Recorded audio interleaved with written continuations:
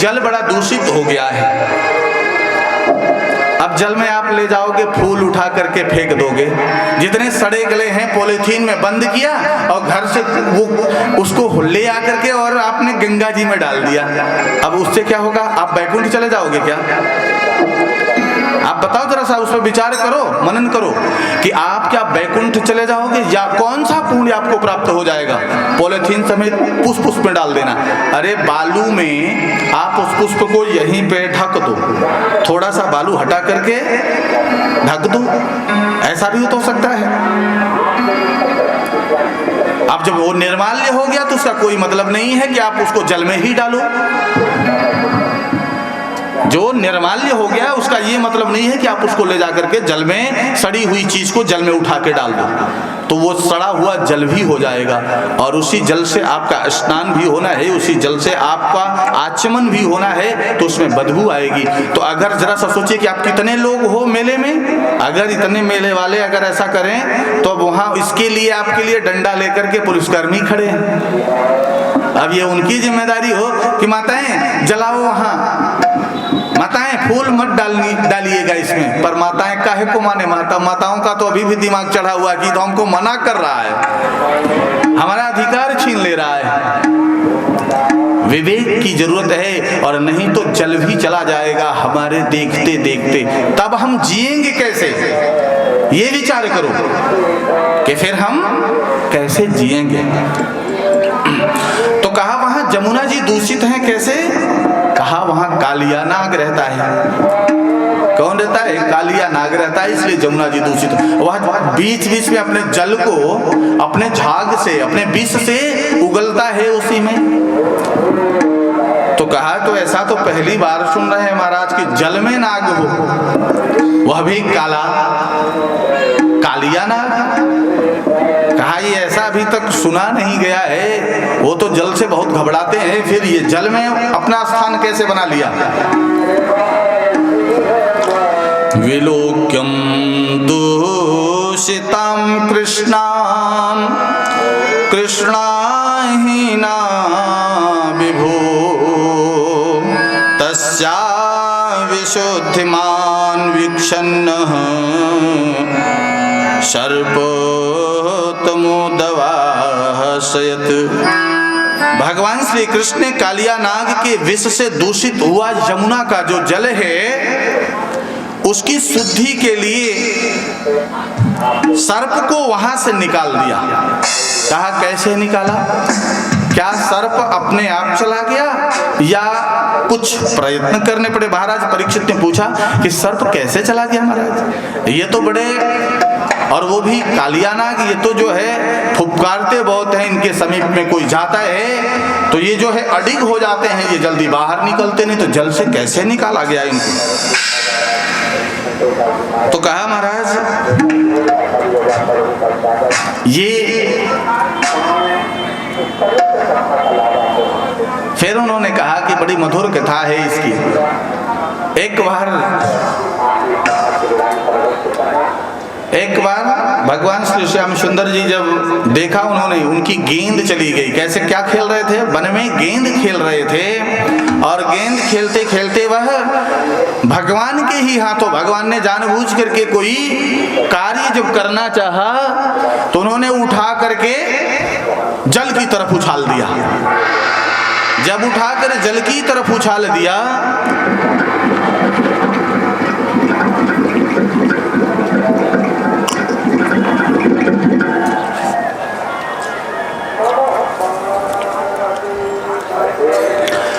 उठा के जब जल की तरफ उछाल दिया, तब ग्वाल बाल चिल्लाने लगे और कहने लगे, हे कन्हैया तूने जो है बाल को फेंका है तू ही निकालेगा।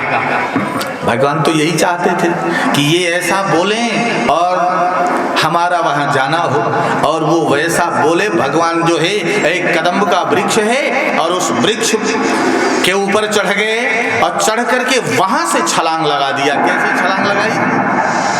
इतना जोर से छलांग लगा दिया कि उसमें सीधे पानी का जो तल था वह वृक्ष के ऊपर तक गया और सीधे तलहटी में पहुंच गए। और जैसे सीधे तलहटी में पहुंचे तो वहां देखते क्या है कि कालिया नाग जो है वो सो रहा है। और उसी के ऊपर जो है गए और उसके फन पर पैरों से अपने प्रहार किया, पर वह निद्रा में, घोर निद्रा में सोया हुआ है, विषांत है ना। देखो, नींद उसी को ज्यादा आती है जो विषयों का सेवन और चिंतन ज्यादा करते हैं। देखो, अब एक विष से, कालिया नाग से ये पता चल रहा है कि जो विषयी लोग होते हैं उन्हीं को नींद अत्यधिक आती है। वो बैठे बैठे कथा में भी सो जाएंगे, वो शिविर में भी दिन रात उनको ये लगता है कि मौका मिल जाए तो हम सो जाएं। अरे सोना ही है तो घर में सो ना, फिर क्या जरूरत थी आने की। आए हैं तपस्या करने, तपस्या का आनंद ले रहे हैं सोकर। तो कहा महाराज, उन्होंने फन को उसके कुचल रहे हैं और फन पर ही नाचने लगे, और नाचते नाचते इधर उधर उधर उधर उधर उधर वह जो है घायल हो गया और अब क्रोध में उठ रहा है, जग रहा है। पर नाग पत्नियों ने देखा कि यह सुकुमार बालक इतनी कम उम्र का, उनको दया आई उस पे। अरे कहा, आप कौन हो? आप यहाँ से चले जाओ बालक, नहीं तो बड़ा अनर्थ होने वाला है। हमारे पति अगर उठेंगे तो आप जीवित नहीं रहोगे। भगवान ने फिर एक जबरदस्त प्रहार किया, कहा उठाओ इसको, इसका वध करने ही आए हैं हम। अब वहां नाग पत्नियों से भगवान की बात हो रही है, फिर एक प्रहार किया, पर वो मानती नहीं। लेकिन तब तक जो है नाग, कालिया नाग उठ चुका है और वह पूछता है ये दुष्ट कौन है। और भगवान से उसका युद्ध के लिए जैसे ही पंख अपने फैलाता है, मुंह फैलाता है मारने के लिए डंक, वैसे भगवान ने उसके अधमरा कर दिया भगवान ने। और अधमरा करते करते वह जब मूर्छित हो गया, तब का पत्नियों ने स्तुति किया भगवान की और कहा, अब समझ गई पत्नियां कि ये कोई साधारण पुरुष नहीं हो सकते हैं जो मेरे पति का जो है ये हाल कर दिए। तो उन्होंने स्तवन किया, कहा हमें इन्हें बख्श दीजिए। तब भगवान ने कहा कि हाँ, ये यहाँ से चले जाएं। कहा तो प्रभु कहाँ चले जाएंगे? कहा क्यों? क्या यही वृंदावन ही एक जगह ऐसी है, ये जमुना जी में न रहें? तो कहा महाराज एक और गड़बड़ी हो गई। कहा क्या? कहा गरुड़ जी से इनकी बड़ी दुश्मनी है। कहा इनको गरुड़ जी पा जाएं तो वो मार डालेंगे, इसलिए गरुड़ जी से छुप करके ये यहाँ कालिया दह में रहते हैं।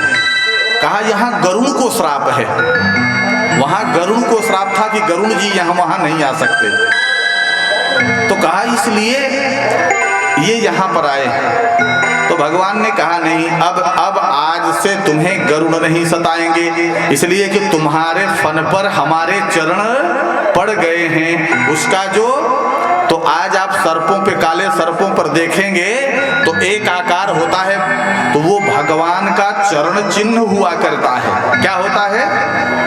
उससे वो दाग दिए गए। कहा जाओ, अब मेरा जैसे ही गरुड़ को यह दिखाई पड़ेगा वैसे गरुड़ हाथ नहीं लगाएंगे। और ऐसा कर करके उन्हें एक स्थान दे दिया। कहा चले जाओ उस स्थान पर, एक पर्वत है वहां तुम रहो, तुम्हें कोई नहीं बोलेगा। और ऐसा करते करते वो वहां चले गए। तो कहा ये कालिया नाग है कौन? अब देखो भैया एक कथा और आ गई इसी में। कहा ये कालिया नाग जानते हो? ये दोनों एक संत होते हैं, दो संत हैं, विंध्याचल में तपस्या कर रहे थे। एक का नाम था वेदशिरा, एक का नाम था अश्वशिरा। दो संत विंध्याचल की पहाड़ियों पर तपस्या करने गए थे कि दोनों में बड़ी बहस होने लगी। बहस कैसी हुई? जमीन को लेकर होती है ना, अब साधुओं में भी बहस हो गई। तो कहा कि वो बहस आपस में जब ये लोग करने लगे तो कह रहे हैं कि अरे मेरा यहाँ से है, ये कुटिया जो है मेरे समीप में है, भूमि को बांटने लगे। जंगल की वो कहे मेरा है, वो कहे मेरा है, दोनों लोग लड़ने लगे। तो एक का नाम था वेदशिरा, एक का नाम था अश्वशिरा। ये पूर्व जन्म में तो एक ने श्राप दे दिया उनको, कहा जाओ तुम सर्प हो जाओ। वेदशिरा सर्प हो गए और अश्वशिरा, वेदशिरा ने उनको श्राप दे दिया कि जाओ तुम टाएं टाएं बहुत कर रहे हो, तुम कौआ हो जाओ। तो महाराज एक संत कौआ हो गए और एक संत फुफकार रहे थे तो वो संत हो गए। तो कहा दोनों आपस में लड़कर और अपनी खराब कर लिए। तो भगवान कहते हैं कि इनकी तपस्या जो थी पूर्व जन्म की वह सुरक्षित थी, इसलिए भगवान इनको तारने के लिए आते हैं और इन्हें उचित आसन देकर के इनको कृतार्थ कर दिया। बोलिए भक्तवत्सल भगवान की जय। गोपियों का चीर हरण थोड़ा सा इस प्रसंग में आते हैं। और जल में क्या होता है? कहा जल में कभी भी मनुष्य को नग्न होकर स्नान कभी नहीं करना चाहिए। कहा क्यों? कहा अब देखो सफाई का ध्यान रखना चाहिए। दूसरी चीज है कि अब कभी आप लोग क्या करते हैं कि निचोड़ने लगते हैं अपने धोती को, जाएंगे अपनी धोती को, अपने वस्त्र को उसी जल में ही निचोड़ डालेंगे, पछाड़ना शुरू कचारना शुरू कर देते हैं। महाराज ये गलत है। वो जीवन दायिनी है, मुक्तिदायिनी है, इसलिए उनका आदर करो, उनका सम्मान करो। अगर ऐसा करते हो वहाँ ये उचित नहीं है। जिसकी हम पूजा करते हैं और उसी का फिर हम तिरस्कार करें तो यह कितना अच्छा होगा। इसलिए उसको लेकर के चले आओ अपने वस्त्र और यहाँ आप उसको धुल करके लगा दीजिए। तो कह रहे हैं इन्हें भी भगवान ने उपदेश किया। कैसे? हे मंथे प्रथमे मसी नंद ब्रज कुमारिका चेरो हर्विष्य भुंजा नाम कात्यार्चनम व्रत। करें हैं कि एक कात्यायनी व्रत होता है जो औरतें किया करती हैं, लड़कियां कुमारी जो लड़कियां हैं वो किया करती हैं। तो कहा कब होता है? कहा हेमंत ऋतु में। कहा हेमंत ऋतु के बाद कहा मार्गशीर्ष मास में। मार्गशीर्ष मास अगहन को कहते हैं। तो कहा इस महीने में कुमारी लड़कियां भगवान शंकर की पूजा किया करती हैं तो उनको मनवांछित वर की प्राप्ति हुआ करती है। कहा ऐसा जो है चलता रहता है। तो कहा उस समय वह लड़कियां कैसे स्नान करती हैं? कुमारियां निर्वस्त्र हो करके। वहां की गोपियां ऐसे जब स्नान करते तो एक दिन भगवान ने देखा, करे ये वरुण, अरे वहां साक्षात वरुण का वास होता है। तो वहां वरुण का जहां वास होता है वहां पर इस प्रकार से स्नान कभी नहीं करना चाहिए। तो कहा इस प्रकार से स्नान कभी नहीं करना चाहिए। तो उन्होंने एक थोड़ा सा लीला किया वहां। वो कौन सी लीला किया? चीर हरण की। तो जो कपड़े निकाल के वो बाहर रखती हैं उस कपड़े को उन्होंने पीछे से पहुंच करके उठा कर लेकर चले गए, पेड़ पर बैठ गए। और बाद में जब सब निकलना चाहिए तब देखी तो सबके कपड़े गायब थे। अब सब जल में खड़ी, कैसे निकले? तो देखी तो गोपाल जी दिखाई पड़े। गोपाल जी ने आवाज लगाई, कहा, सबने कहा कन्हैया मेरे वस्त्र दे दो, पर भगवान ने वस्त्र नहीं दिए। भगवान ने कहा वस्त्र नहीं मिलेगा, इसलिए कि तुम ऐसे स्नान कैसे कर रहे? अगर वस्त्र लेना है तो बारी बारी से तुम लोग निकल कर आओगी और अपने वस्त्र हमारे हाथों से ले जाओगी। पर उस समय कोई तैयार नहीं हुआ। जब भगवान को समर्पण कर दिया तब कुछ समय के पश्चात आपस में सब गोपियों ने विचार किया, अरे कहा हमारी जो कामना है वो क्या है? हम इसी को प्राप्त करने के लिए ही तो तपस्या कर रहे हैं, तो यह मुझे प्राप्त हो जाए इससे क्या कम है। तो हम तो जब समर्पण ही कर दिए हैं तब हमें क्या बात है।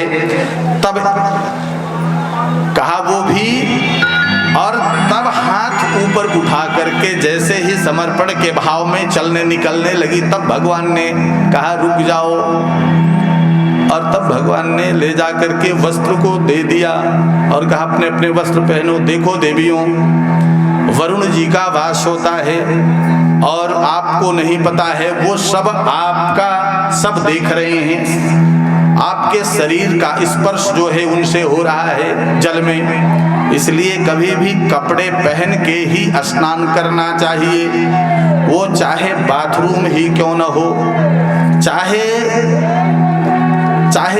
नदी में हो, सरोवर में हो, तालाब में हो या बाथरूम में हो, कहीं भी हो, कभी भी स्त्री या पुरुष किसी को भी कपड़े पूर्णतया निकाल करके स्नान नहीं करना चाहिए।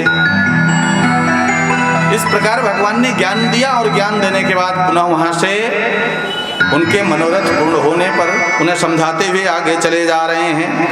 महाराज थोड़ा संक्षेप में कथा ही कह रहे हैं, ज़्यादा चूंकि कथा भी थोड़ा सा और खींचेगी, समय भी हो रहा है, इसलिए संक्षेप में कथा कहेंगे। महाराज थोड़ा सा गोवर्धन जी की पूजा का अब समय आ रहा है, तो कहा वृंदावन में पुनः एक और अवधारणा भगवान ने करवाई। कहा वो क्या है, कहा गोवर्धन महोत्सव।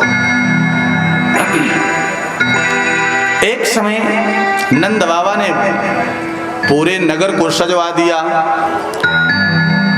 सजने लगा धीरे धीरे पूरा वृंदावन। आज बालकृष्ण लाल जी पूछ रहे हैं बाबा से, बाबा ये इतनी हमारी नगरी आज सज धज क्यों रही है, क्या बात है।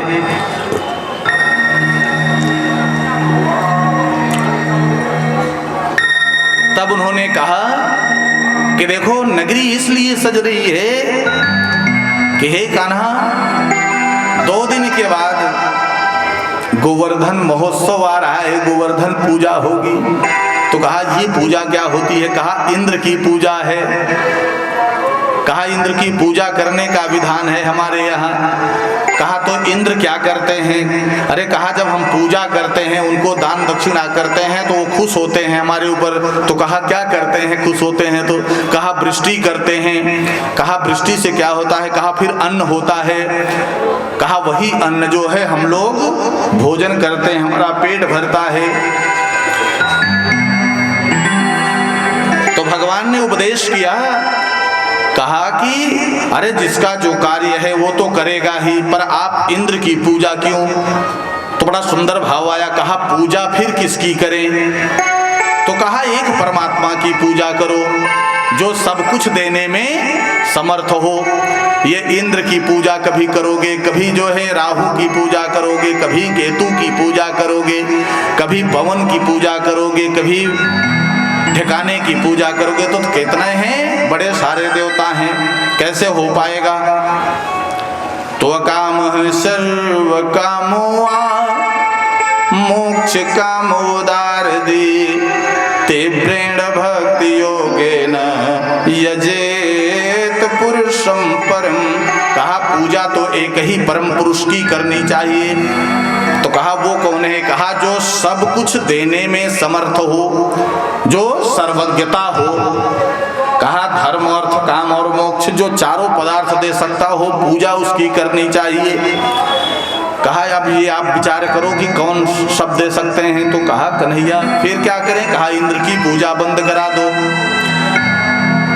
अरे आप सूर्य की पूजा करोगे तो भी वो धूप देंगे, आपको ताप देंगे, और नहीं करोगे तो भी देंगे, क्योंकि उनका वो स्वभाव है। कहा इंद्र की पूजा आप वृष्टि से क्या लेना लादना है। कहा आप पूजा करो या न करो फिर भी उनको बारिश होनी ही होनी है। और कहा नहीं अगर ये बारिश करेंगे तो उनके ऊपर मुकदमा हो जाएगा, अगर ऐसा कहीं हुआ तो। अब भगवान ने बंद करा दिया पूजा इंद्र की, और जैसे ही इंद्र की पूजा बंद हुई, सब लोग वहां से चलने लगे। कहा उनकी जगह एक पूजा मैं करवा रहा हूं। कहा किसकी? कहा गोवर्धन जी की। कहा गोवर्धन जी की पूजा करवा रहा हूं। वही हमारे एकमात्र धन है, वही हमारे दौलत है, वही हमारे भगवान है, वही हमारे सर्वस्व हैं। हमारो धन राधा श्री राधा श्री राधा, हमारो धन राधा श्री राधा श्री राधा,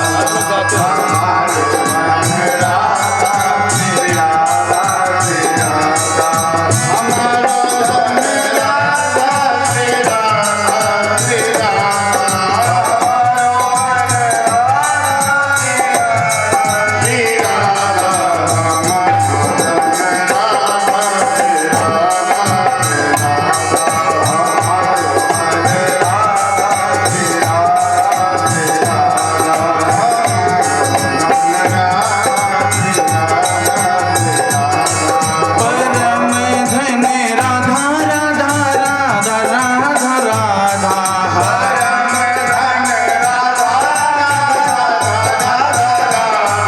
हमारो धन राधा श्री राधा श्री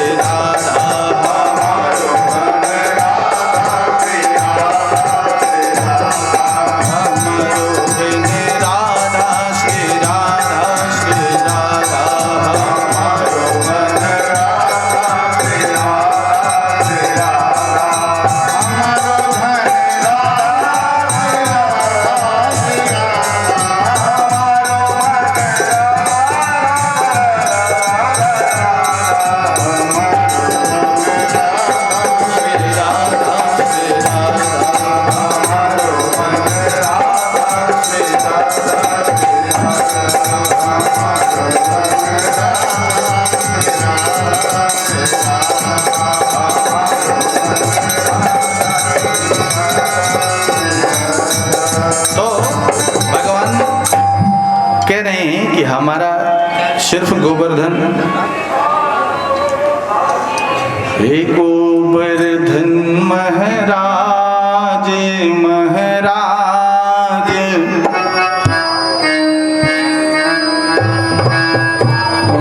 हे गोवर्धन महाराज महाराज, तुम्हारे बग पाई बड़े,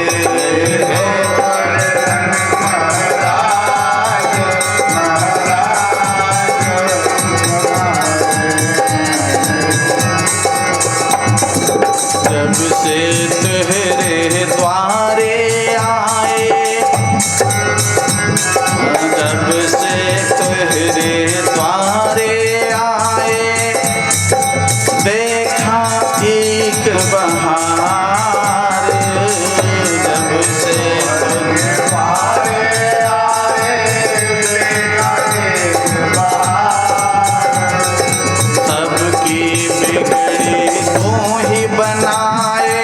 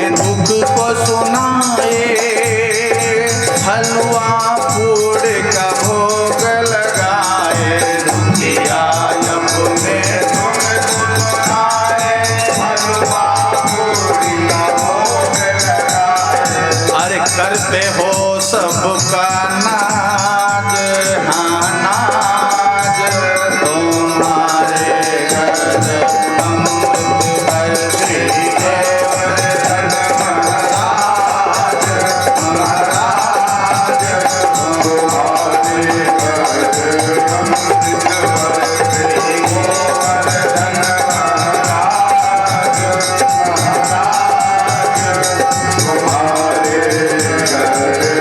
अमृत बरसे गोवर्धन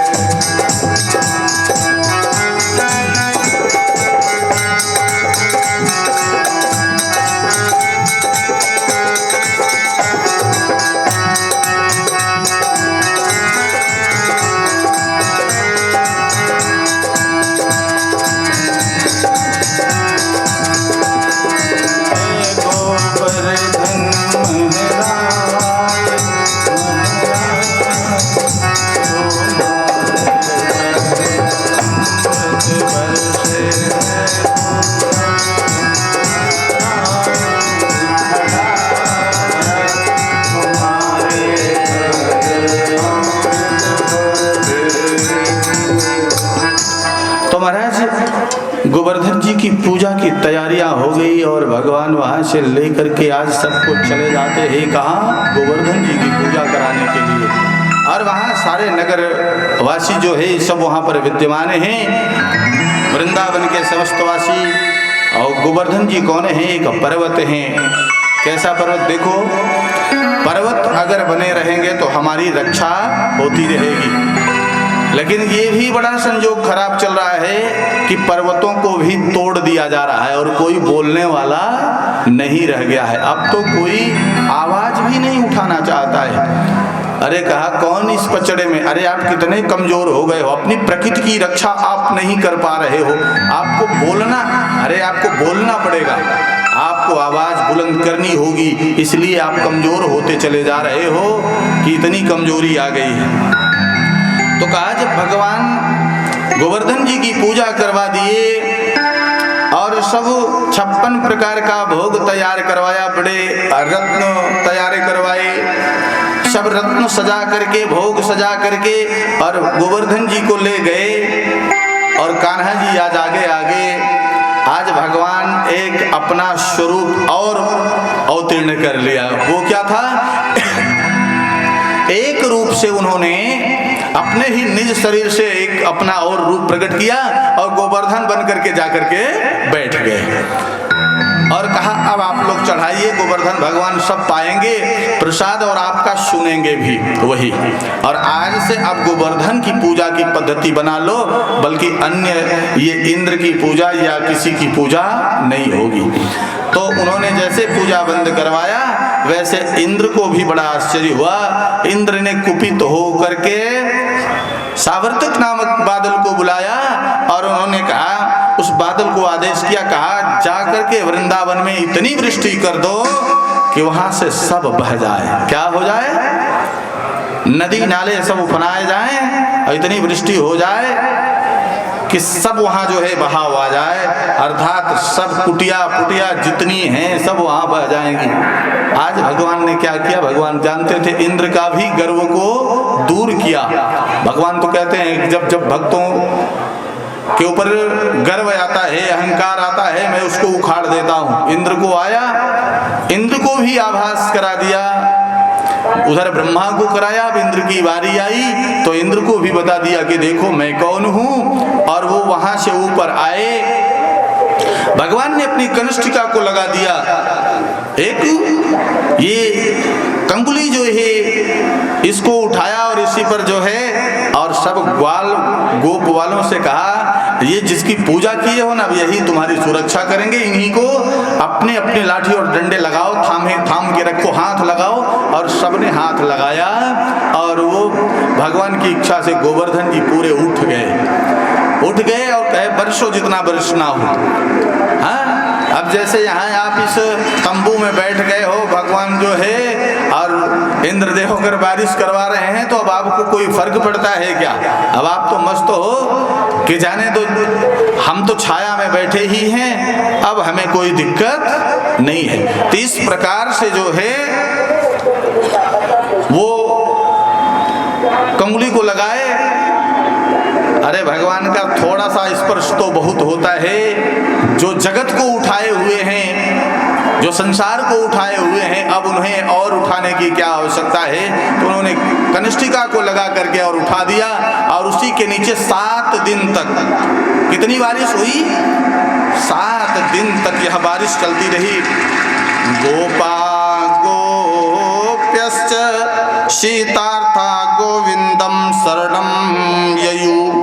कह रहे हैं कि वह गोविंद जो है, गोविंद की शरण में वहाँ के सब लोग, सारे गोप ग्वाल वाले सब चले गए, और सब अपने अपने घरों के अन्न को भी लेकर, बिस्तर को भी लेकर के, और समस्त चीजों को ले जा करके वो वहाँ चले गए।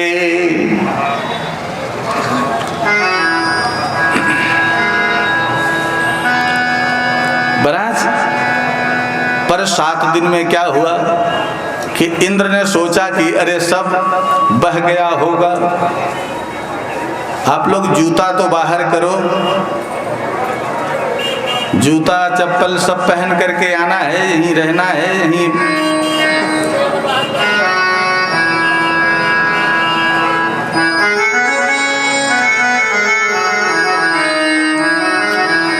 अब आज जो है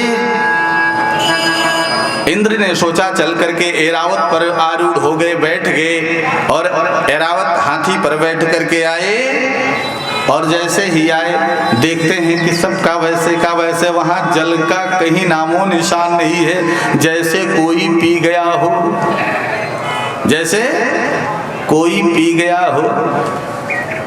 तो महाराज बात तो ये आती है कि कौन क्या है, जहां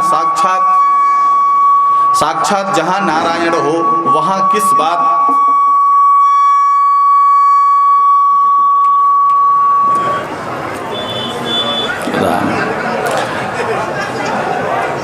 देखा कोहू काहू में मंगन, कोहू काहू में मंगन। अरे मंगन तो है ना सब, हैं? आलसी आश्रम के हैं तो क्या करेंगे, यहाँ की खूबी ही है। तो भगवत प्रेमियों के लिए भगवान का आशय है कि देखो, जब जब भगवान से आप प्रेम करते हो, जब जब भगवान की आप भक्ति करते हो, भगवान जो है वहां पर इस प्रकार से आते हैं और आपकी सहायता कर जाते हैं। क्या मैंने बताया कि एक नाम में शक्ति है, एक नाम में ताकत है। नाम का आश्रय ले लो, ये जो कर रहे हो ना, ये ठीक नहीं है, इसका कोई लाभ होने वाला नहीं है। मैंने बताया कि अगर संसार ये कहता है कि ये तंत्र है, ये मंत्र है, ऐसा कर दो, एक तो यहां से यहां कर दो, तो इससे आपका उद्धार हो जाएगा, कुछ भी होने वाला नहीं है, कुछ भी नहीं हो सकता है। तंत्र मंत्र सब झूठ है, मत भ्रमो संसार, भ्रम करो, जाओ तुम्हें जहां जाना हो भ्रमण करते रहो, संसार में खोजते रहो, लेकिन कुछ नहीं होगा। होगा तब जब आप सार को जान लोगे कि भगवान की शरणागति होने पर समस्त प्रकार के विकार अपने आप खुद ब खुद नष्ट हो जाएंगे। तो बस एक शरण गह लो परमात्मा की, और भगवान ने गहवा दिया। वहां पर इंद्र आए और देखे उनका गर्व दूर हुआ, तब उन्हें भाग करके गए ब्रह्मा जी के पास में और उनसे पूछा कि आज मैंने ऐसे ऐसे किया, और हर एक कहा वो साक्षात नारायण हैं, नारायण का अवतार हो गया है, और जल्दी आप जाओ वहां, आप जल्दी वहां जाओ, और वहां जाने पर एक चीज होगा। कहा क्या? कहा क्षमा याचना मांग लो। तो ऐरावत हाथी पर वज्र लिए जल्दी आए, और वो तट से पहुंच करके और भगवान के आगे नतमस्तक हो गए और कहे, प्रभु मुझे क्षमा कर दीजिए, मैं आपको जान नहीं पाया, आपके सामर्थ्य को हमने नहीं समझ पाया। और चरणों पर गिर करके तो भगवान ने उन्हें भी क्षमा कर दिया और कहा जाओ अपना कार्य करो। जब आप लोगों को, तो आप लोग अपनी पूजा क्यों करवाने में लगे हो? एक ब्रह्म की ही पूजा होनी चाहिए, अन्यत्र किसी की पूजा नहीं होनी चाहिए। अब गोपियां जो है, बोलिए गोवर्धन भगवान की। अब गोपियां जो है वो किसको बुला रही हैं? भगवान से इतना प्रेम करती हैं गोपियाँ कि अब भगवान को कैसे बुलाती हैं, वेणु गीत गा करके, गोपी गीत गा करके। गोपी गीत बहुत प्रसिद्ध है। क्या है गोपी गीत? एक बार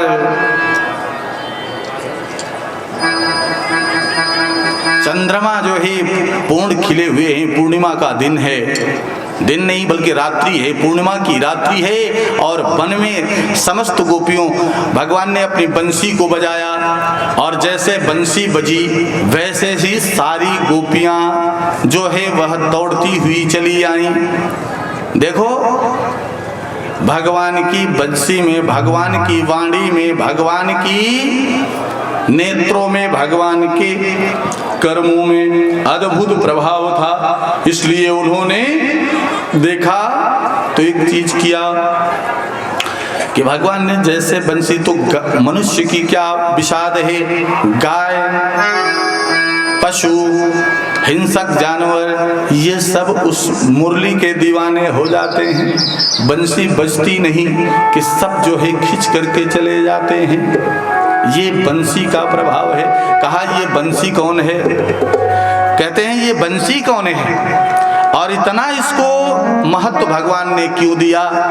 तो कहते हैं अरे बंसी, ये बंसी भी पूर्व जन्म में कोई एक साधु थे और उन्होंने कहा भगवान सबको गले लगा रहे हो, हमें अपने अधरों से लगा लो, मैं भगवान का चुंबन करना चाहता हूँ अधर पर से। तो भगवान ने कहा था कि अच्छा ठीक है, मैं कभी आपको ऐसा सुअवसर दूंगा। तो वही बांस जो है आज बंसी के रूप में आता है, ये एक भक्त है और वह भगवान के अधर पर हर समय लगी रहती है। तो कहा बल्कि ये पटरानियां भी थोड़ा सा जलन करती हैं बंसी से कि ये हमारा भी स्थान लेकर के बैठी हुई है। तो यह भाव है।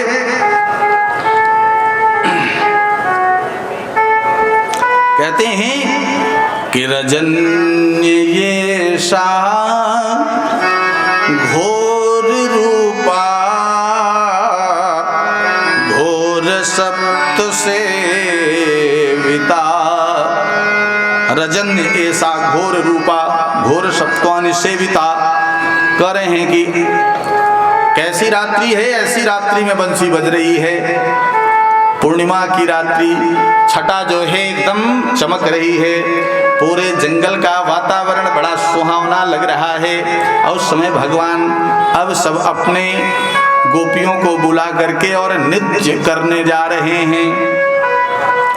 और गोपियां सब आ भी जाती हैं, कोई अपने बच्चे को छोड़ कर आती है, कोई भोजन बनाती है तब आती है, कोई कुछ कर रही है तब चली आती है, कोई सास ससुर का पैर दबा रही है फिर भी चली आती है, कोई कुछ, अर्थात सब खिंचते हुए चले आए। और जब समस्त लोग इकट्ठे हो गए, समस्त लोग जब इकट्ठे हो गए तो भगवान बीच में आए और रास, महारास कर रहे हैं। कहा महारास क्या है? कहा जब जीवात्मा और परमात्मा का जब मिलन होता है तो उसको क्या बोलते हैं? महारास कहते हैं।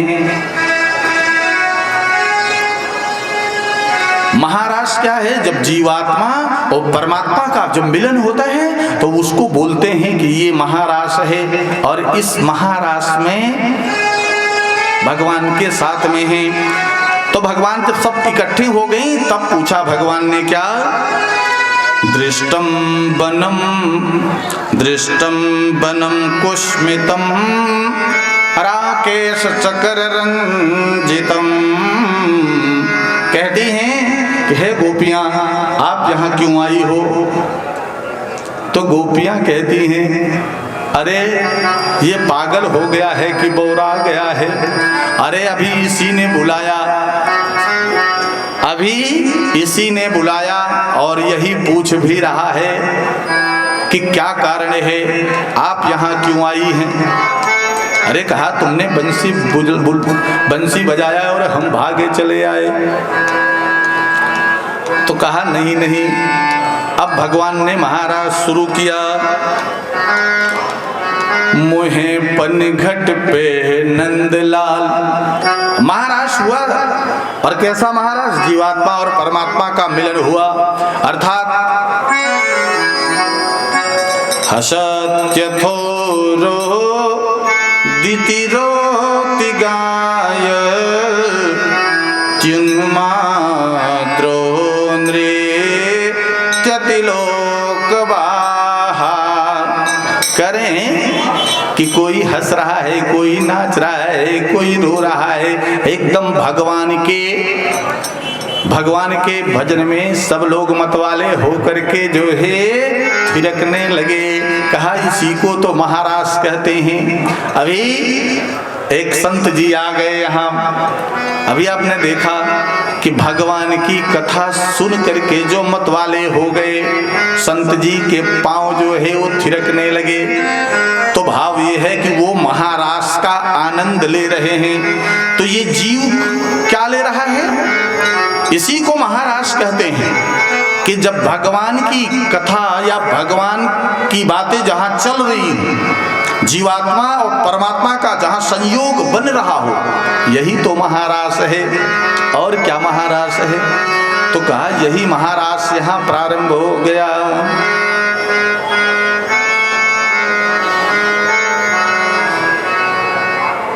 तो सब लोग याद करती हैं भगवान को और कहने लगती हैं, मोहे पनघट पे नंदलाल छेड़ी गयोरी। मोहे पनघट पे नंदलाल छेड़ी गयोरी।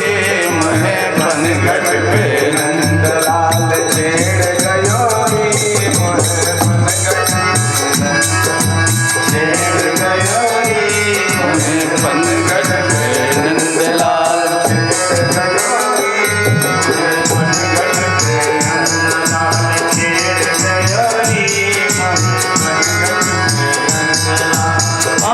मोरी नाजुक कलैया मडोर गयो रे। मोहे नाजुक कलैया मडोर गयो रे। मोहे पनघट पे नंदलाल छेड़ गयो रे। मोहे पनघट पे नंदलाल छेड़ गयो रे। मोहे पनघट पे नंदलाल छेड़ गयो रे। मोहे पनघट पे नंदलाल।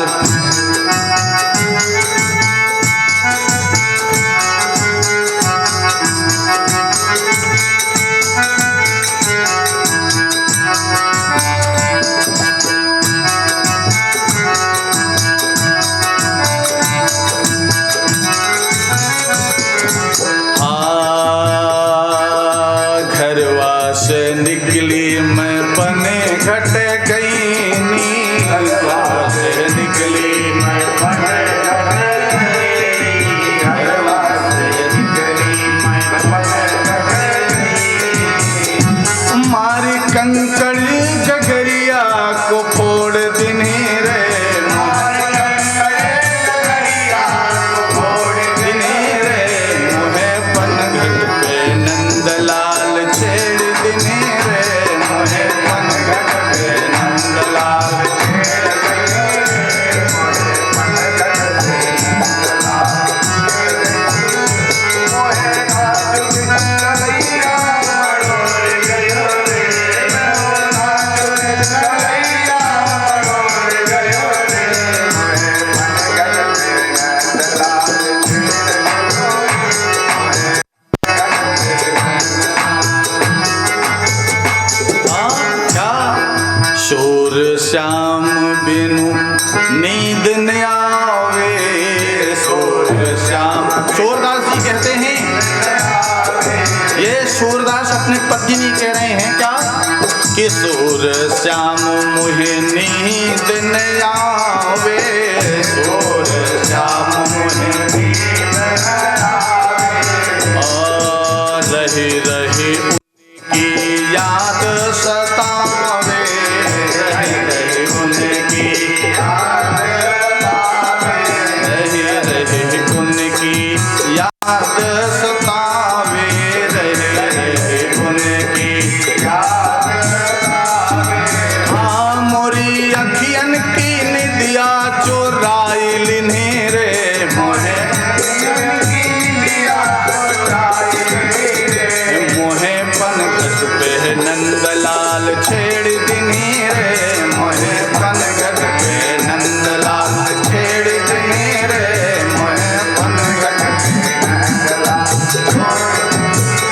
मुरी नाजुक कैलैया मैं डोर दिन्हे रे मोहे मोहे पनघट पे नंदलाल छेड़ दिन्हे रे मोहे पनघट पे नंदलाल नंदलाल छेड़ दिन्हे रे मोहे पनघट पे नंदलाल। और बहुत वहाँ बातें हुई, सबने महाराष्ट्र का आनंद लिया। सब उस महाराष्ट्र में जीवात्मा और परमात्मा, ये जीवात्मा है, हम सभी क्या हैं? स्त्रियां हैं। एक बात ध्यान दो, हम कौन हैं? हम पुरुष कोई नहीं है, हम में पुरुष कोई नहीं है। हम क्या हैं? समस्त स्त्रियां हैं। और स्त्रियों का क्या स्वभाव होता है? तो जो ये स्त्रियां हैं, ये क्या चाहती हैं? अपने पति से मिलना चाहती हैं। तो कहा बाधक जो होता है पति से मिलने के लिए, तो कहा कि कैसे मिलन होगा? कहा महाराष्ट्र के द्वारा। कैसे? हम उससे याद करें, उसको याद बनाए रखें। कहा हमारा प्रेम क्या है? सच्चा प्रेम तो यही है कि हम उसे हर प्रतिक्षण याद करते रहें, अपने दिल में बसा के रखें। तो जो दिल में बसा के रखता है, कहा गोपियां जो है वह हर प्रतिक्षण जो है भगवान को, गोविंद को, ठाकुर जी को अपने दिल में बसा के रखती हैं। पति तो है उनका, लेकिन वो कौन पति है? सांसारिक पति। अब भगवान ने एक बात कही, गोपियों से कहा तुम लोग यहाँ क्यों आई हो अपने अपने पतियों को छोड़कर? अरे तुम लोग तो बड़ी अपराधिनी हो भाई। भगवान ने एक उपदेश कर डाला। क्या? बड़ा सुंदर सा उपदेश किया। कहा तुम लोग तो बड़ी अपराधिनी हो। अरे ये पाप जो है लगेगा कहाँ से जाओगी? तो किसी ने पूछा क्या पाप लगने वाला है, जरा बताओ तो। हे गोविंद मुझे बताओ ना। कन्हैया बताओ क्या पाप होता है, क्या पुण्य होता है, क्या पाप होता है? अरे कहा पाप ये है कि तुम लोग कहाँ जा रही हो? अपने अपने पतियों को छोड़कर और दूसरे के पास जा रही हो। अरे कहा तू दूसरा है क्या? कहा फिर मैं कौन हूं? दूसरा नहीं हूं तू। तो गोपियों ने कहा, भगवान ने एक उपदेश किया बड़ा सुंदर सा, कि पत्नियों को कैसे करना चाहिए। दुःशीलो दुर्भगो वृद्धो जड़ो रोग्यो भवो पिवा पति स्त्रीम भिन्नः पतियो लोकेक्ष भीर पातकी। क्या करें कि पति कैसा भी हो, क्या है? पति कैसा भी हो, दुखी हो, वृद्ध हो, जड़ हो, रोगी हो, मूर्ख हो, पर पत्नियों को कभी उनका त्याग नहीं करना चाहिए, चाहे वो कुरूप हो। पत्नी का धर्म ये नहीं है कि उन्हें छोड़कर, कहा तो क्या होता है, कहा नरक में जाती हैं ऐसी पत्नियां। आज भगवान ने यह उपदेश किया, अभी तक नहीं किया था। कहा तो तू बुलाता भी था, आज तुझे पता लगा, आज तूने ऐसा क्यों कह रहा है, इतनी बड़ी ज्ञान की बात। कहा वो रोगी हो, शोकी हो, बीमार, बूढ़ा हो, वृद्ध हो, सिर्फ अपने पति का चिंतन और सेवन करना चाहिए। कहा यही पतिव्रता का धर्म है। तो उसमें से एक बड़ी चतुर गोपी थी, उसने कहा कन्हैया एक प्रश्न है मेरा, जरा सा जवाब दे दो उसका। कहा पूछो। कहा किसी का पति अगर परदेश गया हो और करवा चौथ आ गया हो और वह पूजन करना चाहती हो तो कैसे पूजन करे अपने पति का? अरे तो कहा इसमें कौन सी बड़ी बात आ गई? अरे उसकी तस्वीर लगा लो, उसकी फोटो रख लो, और कैसे पूजा करोगी? कहा चलो रख लिया उसकी फोटो, उसकी फोटो की पूजा कर लेंगे। और मान लो कि जिस समय आंगन में हमने कुंडी लगा करके पूजन कर रही हूँ उसी समय दरवाजे पर उसका असली पति आ जाए और कुंडी खटकाए, तब क्या करना चाहिए? वो फोटो वाले पति की पूजा करनी चाहिए या उसको अंदर ले आना चाहिए? अरे तो कहा महापागल हो तुम लोग।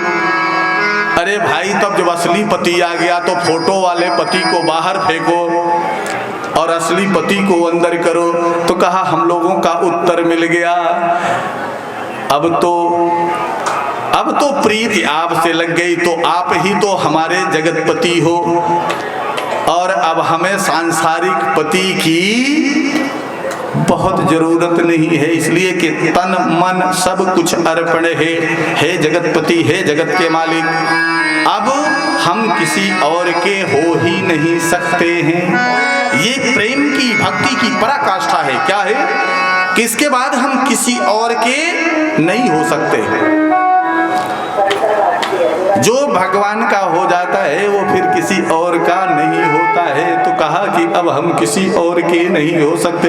अरे शरीर तो जा सकती है वहां उस पति के पास, पर मन नहीं जा सकता है।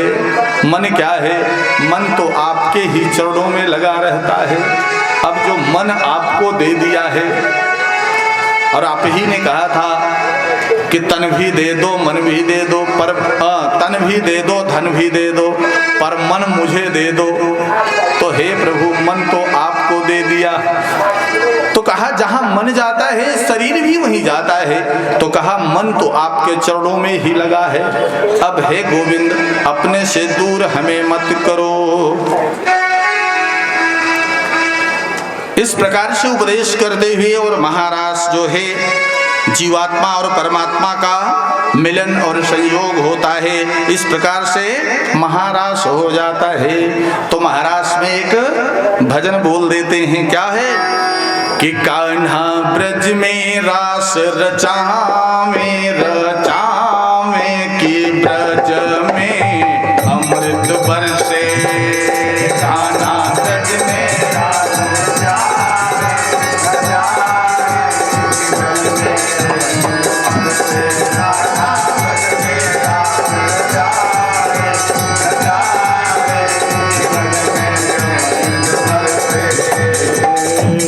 कान्हा ब्रज में रचावे रचावे के ब्रज में अमृत बरसे।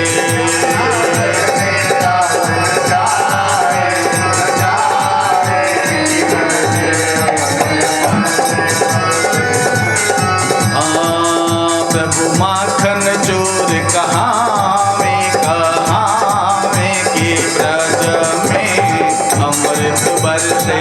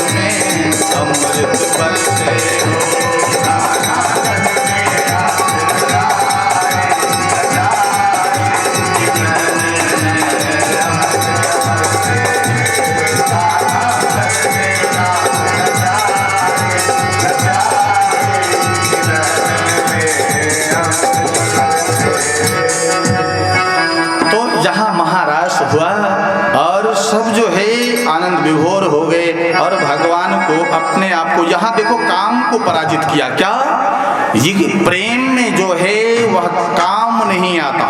क्या होता है कि दूर रह करके भी हम प्रेम को करते रहते हैं। कैसा? जैसे जीवात्मा यहाँ है और परमात्मा कितनी दूरी है जीवात्मा और परमात्मा की, पर ये जीव यहीं से परमात्मा के लिए रोता है ना। कभी कभी जो संत लोग होते हैं वो देखो आपकी और संतों में बड़ी थोड़ा सा अलगाव है। क्या है कि सुखिया सब संसार है। आप संसार वाले क्या करते हो? सुखिया सब संसार है, खावे और सोवे, दुखिया दास ये संत हैं, जागे और रोवे। दुखिया दास ये संत हैं, जागे और रोवे। इनका दुख ये रोते कब हैं? जब भगवान की भक्ति को चढ़ जाती है तो भगवान के लिए रोते हैं कि हे प्रभु कब आप मिलोगे? क्या मेरा जीवन ये भी ऐसे चला जाएगा? हे परमात्मा आपकी कृपा दृष्टि कब होगी? इस प्रकार से ये संत लोग जो है रोते हैं परमात्मा के लिए, उनसे प्रेम करके।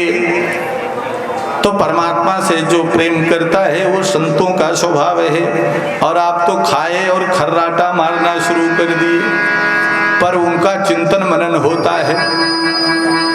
वो भोजन के बाद उनका चिंतन होता है। बिस्तर पर भी जाते हैं, आसन पर भी लगाते हैं, तब भी वो जाकर के और बड़ा मलिन हो करके और भगवान का चिंतन करते हुए सो जाते हैं, कभी रोते हुए सो जाते हैं।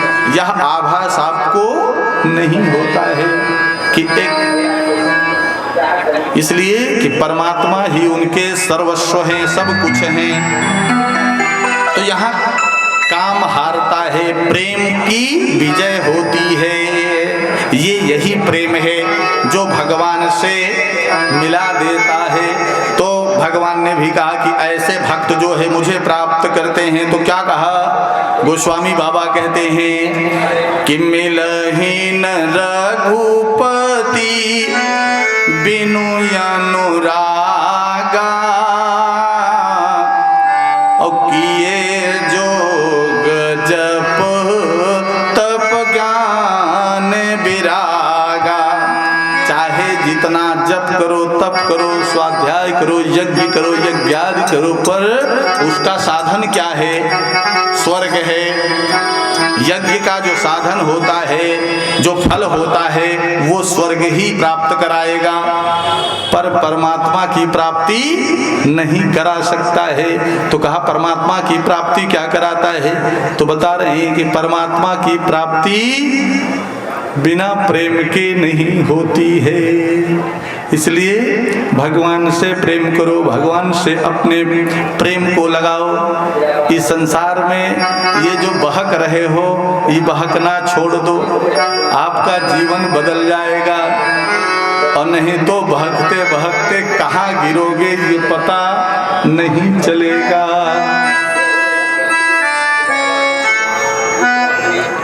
और अब महाराज समय और भी करीब आया। भगवान देखते देखते यह सब लीलाएं करते हैं। कहा प्रेम तो तब पता होता है जब प्रेम करके प्रेमी बाहर चला जाता है, और उसके बाद उसका प्रेम कितना टिका रहता है यह बात तब समझ में आती है। यहाँ गोपियों के साथ में ऐसा ही हो रहा है क्या कि भगवान की तैयारी हो रही है। कहाँ भगवान आते हैं और इधर एक यज्ञ जो है महाराज कंस एक यज्ञ कर रहे हैं। और कंस जो है कैसी यज्ञ कर रहा है? कुटिल यज्ञ, भगवान को मारने का। क्योंकि अभी तक सारे क्रूर चले गए थे, अब आज पहली बार किसको भेजा जा रहा है? अभी तक क्रूर गए थे, जितने दुष्ट थे वो चले गए थे बुलाने के लिए, पर भगवान नहीं आए। आज अक्रूर जी को भेजा जा रहा है, जो क्रूर नहीं है। कैसे हैं? अक्रूर नाम है उनका। तो जब अक्रूर जी चले, अक्रूर जी को यह कंस ने, उसके सेनापति हैं अक्रूर जी, और सेनापति होने के कारण वह कहता है कि अक्रूर जी यह कार्य आप कृष्ण को लेकर के यहाँ आओ, और ये जाओ पत्र ले जाओ और अपने साथ लिवा के आओ। पर वो कृष्ण के भक्त हैं। कौन? अक्रूर जी। भगवान श्री कृष्ण की भक्ति चढ़ी हुई है उनके अंदर। अब उन्हें तो क्रोध उसी समय आ रहा था कि अब ये क्या करना चाहता है, अब यहाँ बुलवा रहा है तो यहाँ अनर्थ कराएगा। तो उन्होंने अपनी तलवार को देख रहे हैं। ये भक्तों का प्रभाव है कि पहले शिष्य पर, हमारे गुरु पर चलने के पहले चेला जो है वार कर देगा। तो कहा हमारे भगवान के पहले हम नहीं रहेंगे, उसके बाद जो होना होगा होगा। यही धर्म है। भक्त के सामने कभी कोई भक्त भगवान की निंदा नहीं कर सकता है। अगर कोई निंदा सुनता है तो वो कैसा होता है, उसे भी नरक जाना पड़ता है। इसलिए कभी भगवान की निंदा नहीं सुननी चाहिए। भगवान की कोई निंदा करे तो या तो पहले तो उसका प्रतिरोध करो, गुरु की निंदा करे तो प्रतिरोध करो। इसी में ऐसा न हो कि हम और दो कुड़ी और लगा दें कि और मजा आ गया हमको इसमें। हाँ? अगर वो कहा कि ऐसे हैं तो प्रतिरोध करने के बजाय हाँ है, नहीं तो ऐसा हुआ कैसे, ये कहने वाले मिल जाएंगे। पर अब इतने बुज़दिल हो गए, इतने अधार्मिक हो गए कि उसका प्रतिरोध नहीं कर सकते लोग। ये आप धर्म से च्युत हो रहे हो, धर्म छोड़ रहे हो, इसलिए आपके साथ नरक की भी यातना भुगतनी पड़ सकती है। तो कह रहे हैं कि देखो जब जब है इस प्रकार से भगवान की निंदा जो सुनता है वो काना होता है। क्या होता है? तो कहा हमें नहीं श्रवण करना चाहिए। इसलिए आगे बढ़ते हैं। अब इन्हें क्रोध तो आ रहा है, पर क्या करें? उसके सेनापति भी हैं, पर संकल्प लिया मन से कि अगर मेरे कृष्ण को कुछ हुआ तो मैं कंस का वध मेरे ही हाथों हो जाएगा। ऐसा लेकर के उन्होंने चल दिए भगवान को प्रणाम करते हुए, और वहां से आगे निकले, बढ़े, यमुना नदी में आए, वहां स्नान किए, प्रणाम किया, अपने गुप्तचरों को लगा दिया। कहा अदृश्य रूप में आप लोग लगे रहिएगा, मैं लेके तो आऊंगा, पर कहीं ऐसा न हो कि वह रास्ते में ही उनको षड्यंत्र का सामना करना पड़े। इसलिए तुम गुप्तचर छुप करके रहना। अगर कंस की सेना टुकड़ी आती है तो तुम लोग उसका सामना करना डट करके। अक्रूर जी लगा करके तब आते हैं और गए, इस पार आए, नंद बाबा के यहाँ गए और नंद बाबा को प्रणाम करके गले लग करके और उनसे आग्रह किया कि ये पत्र है कंस का, और इस यज्ञ में कृष्ण और बलराम को बुलाया है। तो जैसे ही प्राण सूख गए, जो प्राणों से प्रिय हो उसे कोई देता नहीं है, तो उनके तो प्राण ही सूख गए। अरे कहा बाबा, हे क्रूर जी आप तो जानते हो। कहा आप जाने दो इनको, बाकी की जिम्मेदारी मेरी है। आपको मेरे ऊपर भरोसा है, विश्वास है कि मेरे प्राण रहते हुए, पर नंद बाबा और यशोदा मैया मानने वाली नहीं है, छोड़ती नहीं है कि हम कैसे जाएं। तो भगवान ने सोचा कि मेरा अवतार क्यों हुआ है कंस का वध करने के लिए, और ये जाने ही नहीं देंगे। जैसे भगवान राम को वन हुआ तो सब दुखी हो गए ना। और माताओं ने सोचा कि राम को रोक ले, पर भगवान ने कहा कि अगर हम नहीं गए तो रावण का वध कैसे होगा, धर्म की स्थापना कैसे होगी। तो यहाँ भगवान श्री कृष्ण भी सोच रहे हैं। करे तब गए, माँ को समझाया, कहा माँ तू काहे को चिंता करती है, मैं गया और आया, अरे 1-2 दिन की तो बात है, यज्ञ में हमें कुछ नहीं होगा, मैं तुझे विश्वास। अरे तूने अभी मेरी शक्ति से तू परिचित नहीं है क्या? तूने देखा कि मैंने कैसे कैसे राक्षसों का वध कर दिया। हाँ, माँ को बहुत सांत्वना दी, पर माँ तो माँ होती है, वह नहीं मानती। बाबा को भी समझाए, पर सब चले गए। अब वहां से जब सब चले गए,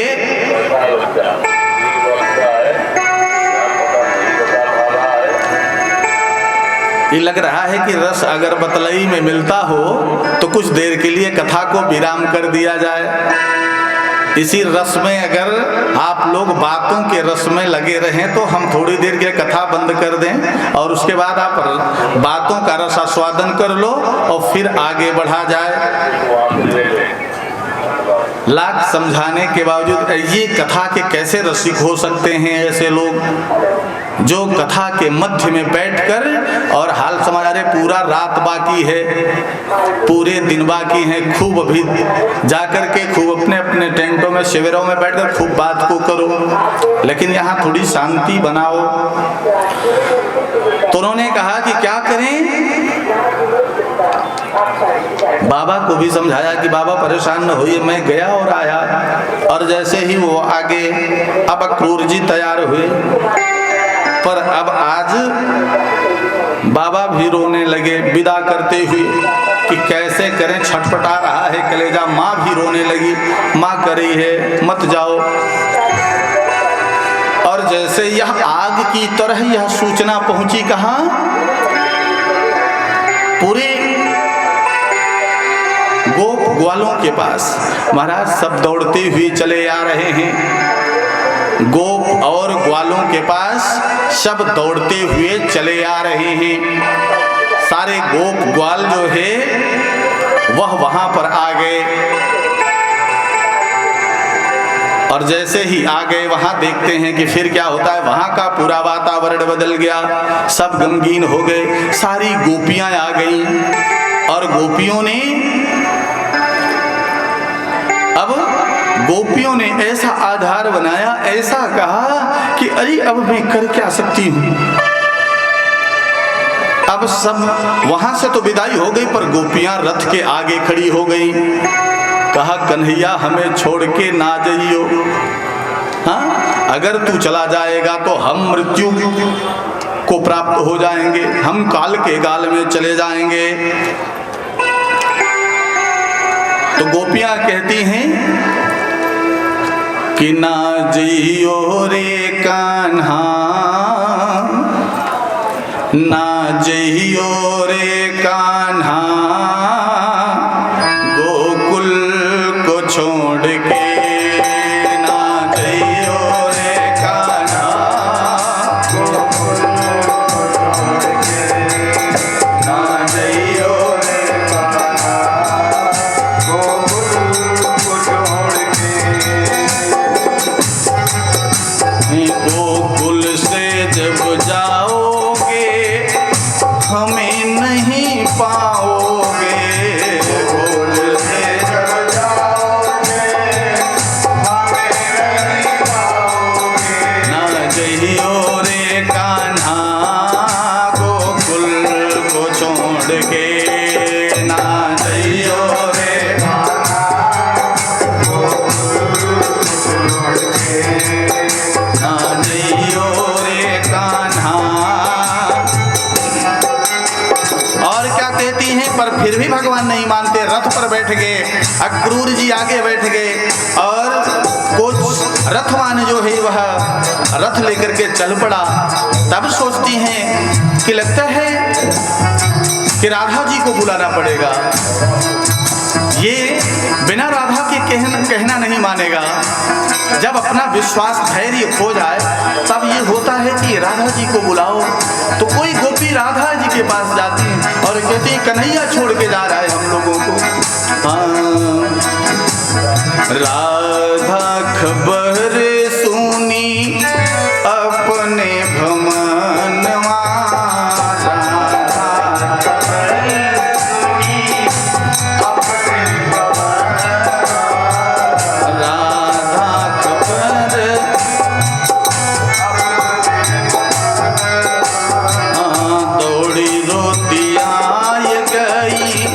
श्याम के समानवा,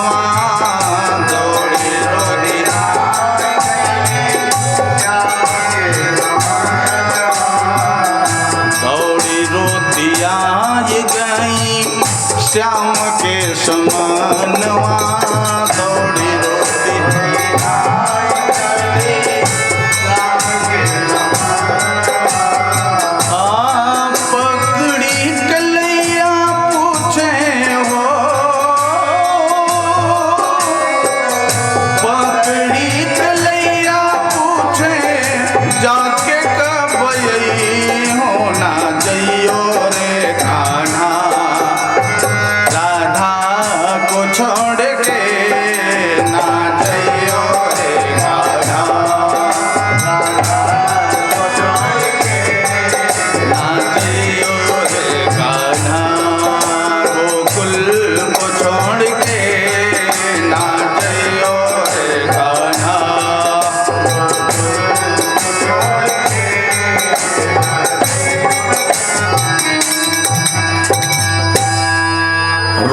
सारे ग्वाले बाले। और कौन कौन रो रहा है भगवान? अरे जब परमात्मा जाने लगता है तो ये जीवात्मा जो है कैसे रोता है, कैसे करूं पुकार करता है, कैसे करूं क्रंदन से आवाज लगाता है। रोए सारे ग्वाले वाले, रोए सारा उपवन, रोए सारे वाले वाले, रोए सारे वाले ग्वाले, रोए सारा उपवन, रोए सारे ग्वाले, रोए सारा उपवन। रोके नंद बाबा कहे हो, रोके नंद बाबा कहे हमें ना भूलियो ना जइयो रे कान्हा, गोकुल को छोड़ के ना जइयो रे कान्हा, गोकुल को छोड़ के ना जइयो रे कान्हा, गोकुल को छोड़ के ना जइयो रे कान्हा, गोकुल को छोड़ के ना जइयो रे कान्हा, गोकुल को छोड़ के ना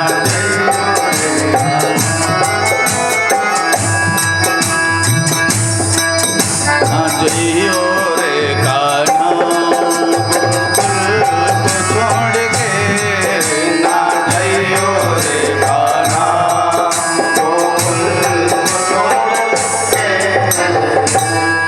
और इस प्रकार से अब राधा जी भी आ गई, समस्त गोपियां भी आ गई, पर कोई भगवान अपने लक्ष्य को प्राप्त करना चाहते हैं। भगवान जिस उद्देश्य से आए हैं, सबसे ज्यादा जरूरी क्या होता है? आपका जो लक्ष्य है, हाँ, मनुष्य का जो लक्ष्य है उसे मत भूलो। स्त्री छूट जाए, पुरुष छूट जाए, पुत्र छूट जाए, धन छूट जाए, वैभव छूट जाए, प्रतिष्ठा छूट जाए, पर आपका जो लक्ष्य है वो क्या है? भगवत प्राप्ति करना। एकमात्र यही एक कार्य है कि भगवत प्राप्ति, मोक्ष, हमें मोक्ष प्राप्त करना है। सर्वस्व छूट जाए पर मेरा लक्ष्य जो है वह न छूटने पावे, ऐसा आप विचार करके आप आगे बढ़ो। कि सब छूट जाए पत्नी पशु परिवार पुत्र धन काम न आएगा, और मलि मलि धो देह अंत गीदड़ खा जाएगा।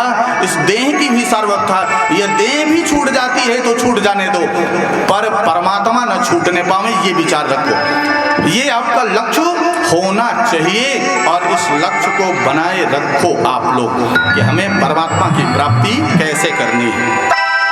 अब भगवान जो है 2 मिनट के लिए उतरते हैं, और उतर करके 2 मिनट उतरने के बाद उन्होंने क्या किया,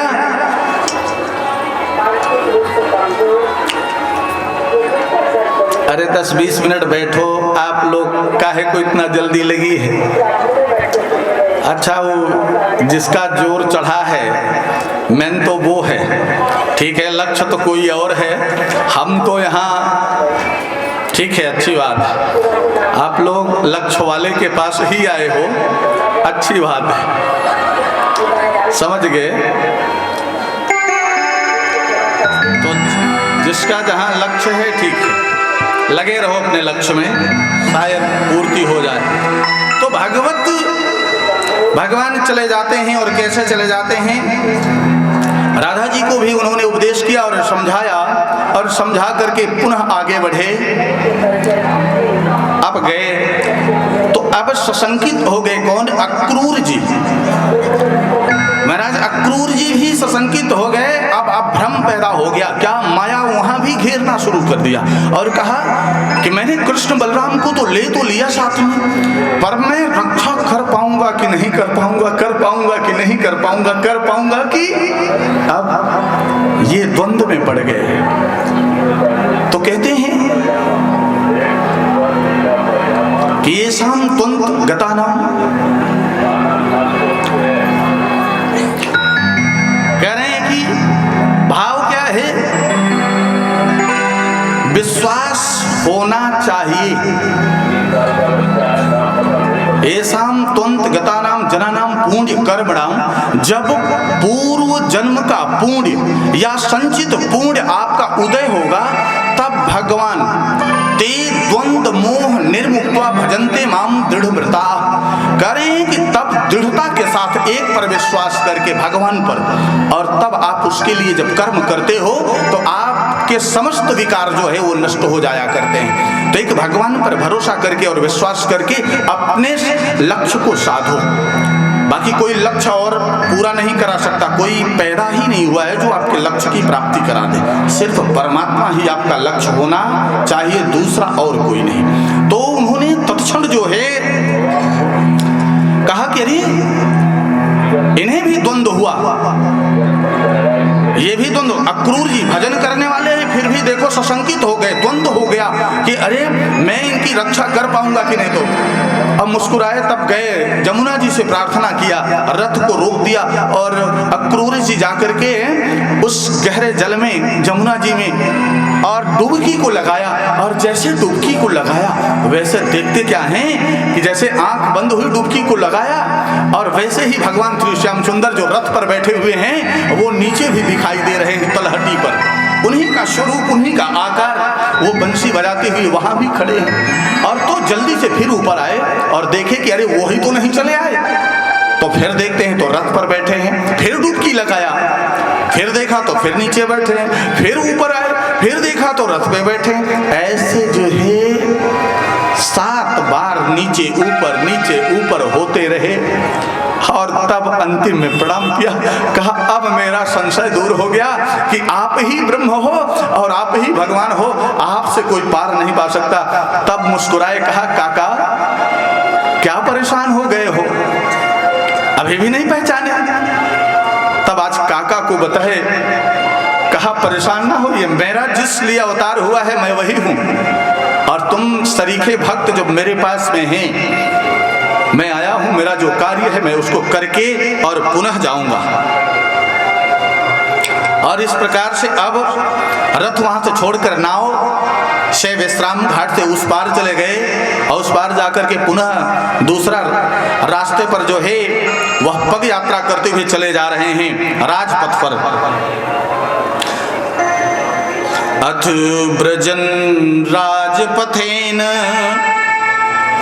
अथ ब्रजन राजपथेन माधवः स्त्रियं गृहतांग विलेय भाजनां विलोक्यं कुब्जा युवतिं वराननां प्रपच्छयान्ति प्रहसन रसप्रदः। तो सबसे पहले कौन मिलता है? कुब्जा नाम की एक स्त्री मिलती है। वह कैसी है? कुबड़ी है, 3 जगह से टेढ़ी है। अब महाराज सबसे पहले उसका आगमन होता है कुब्जा का, और कुब्जा का जैसे आगमन हुआ भगवान ने उसको देखा। अरे और भी टोलियां थी बच्चों की, अब सारे बच्चे ग्वाल वाले भी कुछ लोग आए हुए हैं वहां से, वृंदावन से, गोकुल से। तो अब वो भी सब साथ में हैं, तो कह रहे हैं अरे वो देखो देखो कुबड़ी जा रही है, कुबड़ी जा रही है, कुबड़ी जा रही है। उन्हें बड़ा बुरा लगा, बोल तो नहीं रही, बहुत क्रोधातुर हो रही है, करी ये मुझे कुबड़ी करें। तब से भगवान ने एक आवाज लगाई, अरे कहा ए सुंदरी जरा मेरी ओर तो निहारो। तो वह कुब्जा भगवान की तरफ ठटक करके रुक गई और कहा आज तक मुझे तो सुंदरी कोई कहा ही नहीं है। अरे लंगड़े को लंगड़ा ही लोग बोलते हैं, अंधे को अंधा ही बोलते हैं, पर महाराज कहने का एक शब्द होता है, किसी को भी बोलो तो प्रेम पूर्वक बोलो। क्या बोलो? प्रेम पूर्वक बोलो। अगर अंधे को भी कहना है तो सूरदास भैया अगर बोल दोगे तो वो कितने प्रसन्न होंगे। लेकिन कुछ ऐसे शब्द होते हैं जो वेद हैं सकल शरीर, शरीर को ही वेद देते हैं। तो कहा ये कुब्जा को बड़ा प्रेम लगा, कुब्जा आ गई, कहा ये क्या हाथ में ली हो? कहा महाराज ये तो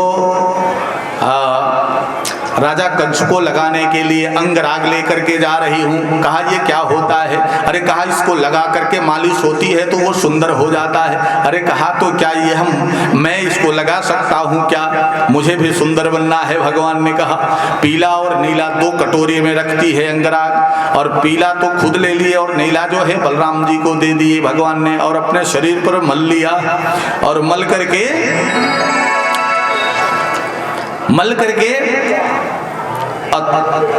तब उससे पूछा कि आखिर तुमने मुझे दे क्यों दिया? तो कहा इसका पात्र तो आप ही हो महाराज, ये अंगराज तो मेरी विवशता है, मेरी मजबूरी है कि मैं जाकर के उसको देती हूँ, नहीं दूंगी तो वह मुझे दंड दे देगा। इस प्रकार से जो है यह इन्होंने रास्ता बनाया। लेकिन जैसे ही ये आगे बढ़े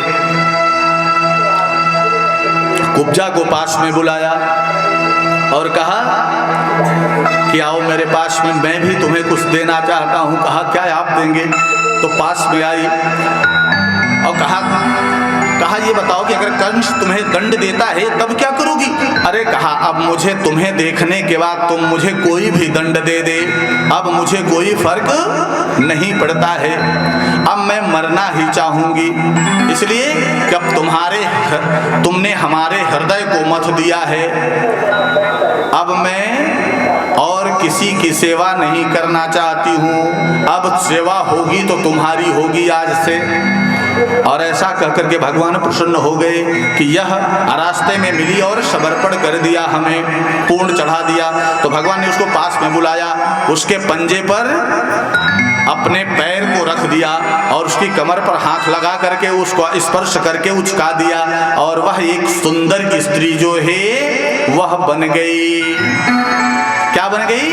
एक सुंदर स्त्री बन गई, एकदम विश्व की अप्सरा जैसे होती है वैसी कुब्जा हो जाती है भगवान का स्पर्श होते ही। कैसी हो गई? परी के समान हो गई। अब महाराज उसके खुशी का ठिकाना न रहा, उसने कहा एक निवेदन है। कहा क्या? कहा मेरे घर भी आप आएंगे। भगवान ने वचन दिया कि मैं तुम्हारे भी घर आऊंगा, अब मैं तुम्हारे भी घर आऊंगा, इसलिए कि मेरा भी मन तुमने चुरा लिया है, इसलिए मैं पर जिस कार्य के लिए आया हूं उसको करने के बाद महाराज आज उसको छोड़कर पुनः आगे बढ़ते हैं। तो रजक पहले धोबी मिलता है जिसका नाम है रजक धोबी। कहा ये धोबी मिला तो कहा ये धोबी कौन है? कहा महाराज ये वही धोबी है जो राम जी को कटु वचन कहा था। तो कपड़े, राजाओं के कपड़े जो है लेकर के जा रहा था। ठीक उसी समय पर वो वहां पहुंचते हैं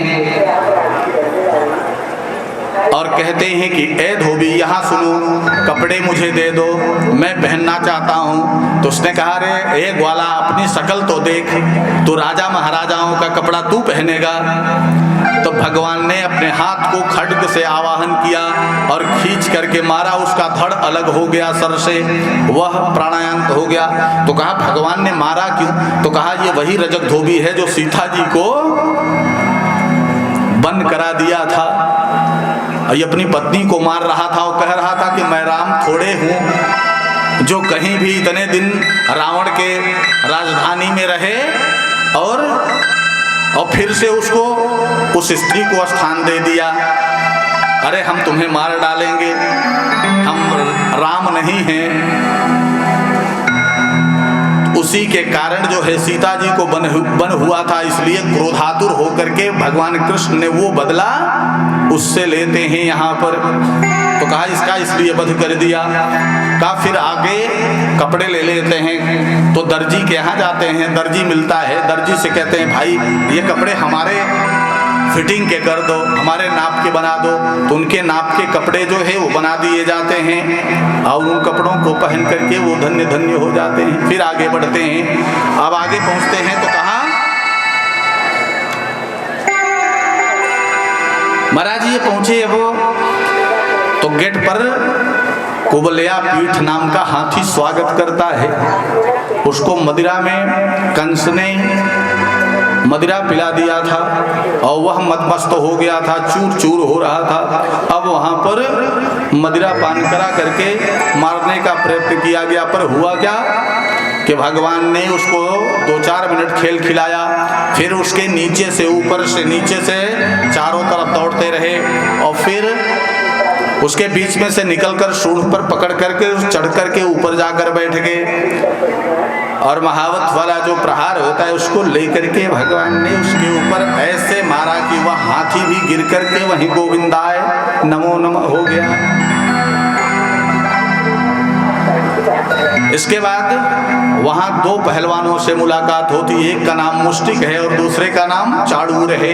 मुष्टिक और चाड़ूर पहलवानी करते हैं, उसमें से जाकर के भगवान से कुश्ती होती है। भगवान ने उन पहलवानों को भी धूल चटा दिया और अखाड़े में ही पटक करके मार डाला। महाराज जब यह हो गया तो अब तो यह कंस देख ही रहा है कि अरे ये तो अनर्थ हो गया। क्या हो गया? ये अनर्थ हो गया, ये तो इतना बलवान है कि सबको मारे चला जा रहा है। तो कंस ने पहले तो ललकारा, फिर भगवान ने ललकारा, अरे मामा अब कहाँ जाते हो, कहाँ भागते हो? और घूम करके वह अटलांटिका पर चढ़ना चाहता था कि भगवान जा करके और कंस को भी पकड़ लेते हैं और पकड़ करके और उसका भी गोविंदाय नमो नमः कर देते हैं। कंस का भी वध हो जाता है। बोलिए कृष्णचंद्र लाल की जय।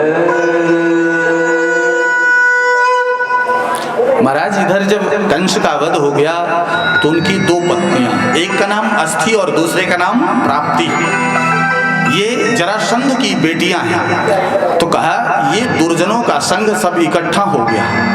कैसे इकट्ठा हो गया? सारे दुर्जन जो है वह एकत्रित हो गए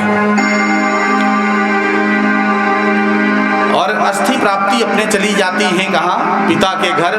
और वहां राज्य पर उग्रसेन को कारागार से निकाला जाता है, उग्रसेन को पुनः राजा बना दिया जाता है। और इस प्रकार से जब वहां राज्य का कार्यभार चलने लगता है तो देखते देखते भगवान वहां मथुरा की व्यवस्था को ठीक करने के लिए कुछ समय के लिए विश्राम करते हैं, वहाँ रुक जाते हैं। और रुकते रुकते उन्होंने क्या किया, उसी समय कुछ कार्य करने थे, वहाँ की व्यवस्था को ठीक किया। फिर आगे बढ़ते हैं, वहाँ से कहाँ जाते हैं, गुरुकुल जाते हैं। आज पढ़ाई का समय आया भगवान के, तो कहा पढ़ाई करने के लिए गुरुकुल जाते हैं। कहा संदीपनी महाराज के आश्रम में। कहा संदीपनी जी के आश्रम में पहुंच करके 64 दिनों में उन्होंने पढ़ाई किया और गुरु माँ से और गुरु पिता से इतना प्रेम हो गया कि उनके चहेते हो गए। तो एक घटना घटी थी, जब चलने लगे तो सब लोग जाने लगे। अब यह संदेश फैलता रहा, तो जब जाने लगे तो माँ रोने लगी। 64 दिनों के बाद में गुरु माँ कहा हमें छोड़ के क्यों जा रहे हो पुत्र। कहा मैया मुझे जाना ही पड़ेगा। पर माँ तुम चिंतित मत हो, तुम्हें क्या चाहिए। कहा तुम्हारे सरीखे मेरा भी एक पुत्र था जो लापता हो गया, चला गया था, लगता है समुद्र में डूब करके उसके प्राण चले गए और तब से मैं बिना पुत्र के रह गई हूँ। मैं दिन रात उसे में कुढ़ा करती हूँ। भगवान ने कहा मैं दक्षिणा में तुम्हें तुम्हारा पुत्र वापस दूंगा। और ऐसा कह करके भगवान वहां से चले और अब आए तो समुद्र के पास में आए। समुद्र को भगवान ने बुलाया। समुद्र में भगवान ने प्रवेश भी किया। प्रवेश करने के पश्चात समुद्र से पूछे कि तुमने हमारे गुरु पुत्र को वापस करो। उन्होंने कहा यहाँ कोई गुरु पुत्र नहीं है भगवान। तो कहा नहीं यही तो आया है। पूरा छान मरवाया। समुद्र ने बताया कि नहीं यहाँ कोई गुरु पुत्र नहीं आया। कहा फिर कहाँ हो। कहा महाराज ये यमराज के यहाँ पूछा जा सकता है। तो संयमनीपुरी भगवान पहुंचे, पर वहां गए तो एक पांचजन्य नाम का एक राक्षस रहता था, उसका वध किए, उसके पेट को चीरे तो उसमें से शंख निकली। शंख लेकर के पांचजन्य को भगवान वापस आए। भगवान वापस फिर संयमनीपुरी में यमपुरी में गए। यमपुरी में यमराज को बुलाया। यमराज से कहा गुरु पुत्र वापस करो। उन्होंने कहा महाराज यहाँ तो जीव आता है, शरीर तो आता नहीं है। तो कहा हमें जीव ही वापस करो। तो जीव को वापस किया उन्होंने।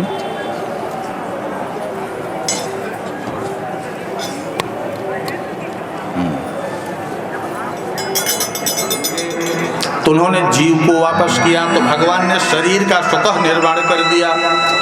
भगवान से कोई भी कार्य कैसे नहीं हो सकता है। वही शरीर दूसरी शरीर निर्माण करके भगवान ने और तुरंत दे दिया।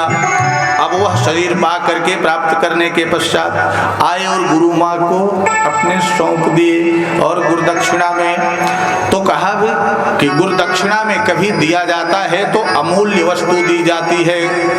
ये नहीं है कि जो मन चाहा वो आपने दे दिया। कभी अगर गुरु को या भगवान को अर्पण करना है तो बहुमूल्य तो आप पाते हो। और भगवान को क्या लगाते हो, माखन और मिश्री। क्या बेवकूफता है। कहते हैं कि इनको बहुत पसंद है माखन मिश्री। अरे तुम तो खाओ मालपुआ मलाई और भगवान को 4 दाना निकाल करके क्या दे देते हैं, मिश्री दे दिया और भोग लग गया भगवान का, ठाकुर जी का। ये गलत है। जो आपने बनाया है उसी का रसास्वादन करवाओ।